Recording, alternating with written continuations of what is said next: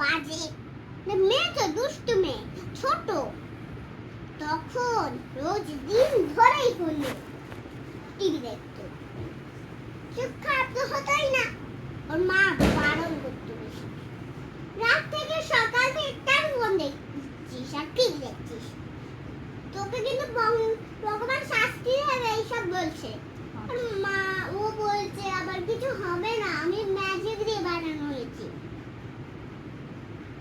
রোজ দিন বলে এরকম করে, রোজ দিন ধরে।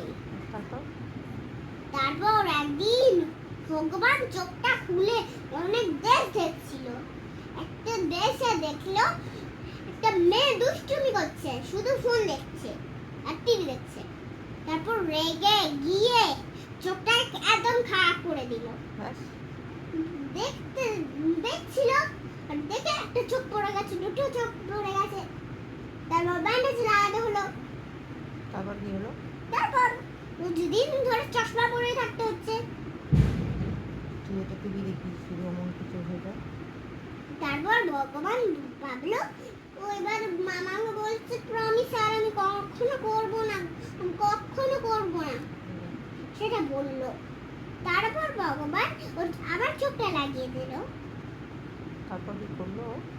ও এবার খুশিতে রোজ রোজ দিনই দেখছে না, খাবার খেয়ে নিচ্ছে, সব কিছু করছে। আর একটু একটুখানি টিভি আর ফোন দেখছে, একটু একটুখানি দেখছে। তারপর ওকে ভগবান আর শাস্তি দিল না, বললো ও তো তখন দুষ্টুমি করছিল, এখন কেন শান্তি হারালো? আমি ওকে বাঁচিয়ে দিলাম বলে,